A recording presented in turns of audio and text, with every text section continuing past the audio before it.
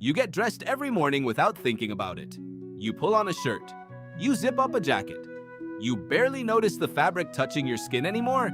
But the real answer to why you do this at all is far stranger than "it's cold outside." Because your ancestors were naked for millions of years, and they were fine. Your body is still built for that world. Look at your skin right now. It's covered in fine hair, thousands of tiny follicles, remnants of a coat you no longer grow. Something happened. Something changed the trajectory of your entire species. And it wasn't a chill in the air. Here's where it gets strange. Around 2 million years ago, your ancestors lost their fur. Not gradually shed it like a jacket taken off in spring, but evolved away from it almost entirely, leaving behind bare, sweaty skin. Anthropologist Nina Jablonski has spent decades studying this shift, and her research points to something surprising. Losing body hair wasn't about temperature at all. It was about heat management on the African savanna, where early hominins were beginning to hunt during the hottest parts of the day, when predators rested and prey was easier to catch. A body covered in fur traps heat. A bare, sweaty body releases it.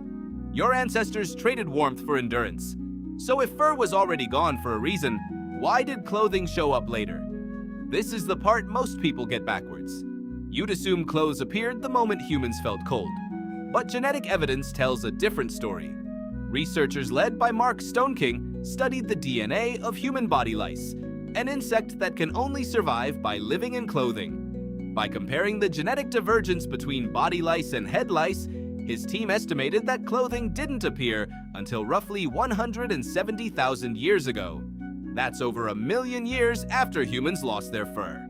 For a huge stretch of that time, your ancestors were walking around exposed, hairless, and apparently unbothered. So what changed? The timing lines up with something else entirely. The last major glacial period, when parts of the world humans were migrating into turned brutally cold. Clothing wasn't invented to solve comfort, it was invented to solve geography. As populations pushed out of Africa and into colder latitudes in Europe and Asia, survival stopped being optional. A hairless, sweat-cooled body that thrived in the heat of the savanna became a liability in snow and freezing wind. Clothing became the fur humans no longer had. It was portable, it was removable. It was, in a sense, the most important piece of technology your species ever invented, and it looked nothing like technology at all. Think about what that means. Clothing is not a modern convenience layered onto an already complete human being. It's a prosthetic, an external organ.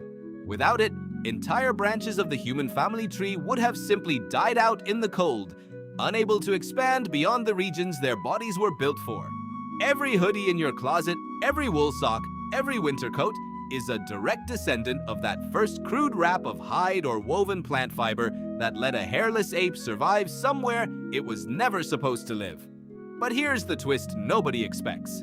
Clothing didn't just protect bodies. It reshaped how humans saw each other.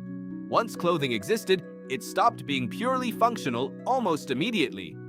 Archaeological evidence from sites in Europe shows bone needles, dyed fibers, and ornamental beads appearing tens of thousands of years ago, long before anyone truly needed decoration to survive a winter. Psychologist Karen Pine has researched what she calls enclothed cognition. The idea that what you wear doesn't just change how others perceive you, it changes how your own brain performs. In her studies, people wearing a white coat they believed belonged to a doctor showed measurably sharper attention and fewer errors on cognitive tasks than people wearing the exact same coat when told it was just a painter's smock. Same fabric, same body, different performance. Clothing had become something more than a barrier against the cold. It had become a signal, a costume, a second skin that spoke before you did. That's the part that should feel uncomfortable. You think you choose your clothes freely every morning, but you're participating in a system that started as pure survival and slowly became identity. The blazer that makes you feel confident in a meeting. The uniform that makes you feel capable at work. The hoodie that makes you feel invisible on a hard day. None of that is superficial. It's an ancient mechanism, borrowed from a hairless ape trying not to freeze, now repurposed to manage how the world sees you and how you see yourself. And it goes deeper than perception. Clothing also became one of the first ways humans marked status, group identity, and belonging. Long before written language, the fabric on your back could tell a stranger where you came from, what you did, who you answered to. A textile pattern could say ally or outsider faster than a spoken word could form. That instinct hasn't gone anywhere. You still read a stranger's clothing in half a second, forming judgments about their job, their wealth, their trustworthiness, often before they've said a single word to you. So the next time you get dressed, notice what's actually happening. You're not just avoiding a cold morning, you're activating a survival strategy that let a species without fur conquer every climate on Earth. You're also stepping into a signaling system that predates cities, predates writing, predates almost everything you'd call civilization. Your closet is not just fabric. It's the fossil record of a hairless animal that refused to stay confined to the one climate it was built for, and instead borrowed the fur it never had from the skins and fibers of the world around it. You got dressed this morning without thinking about it. Now you know what you were actually doing.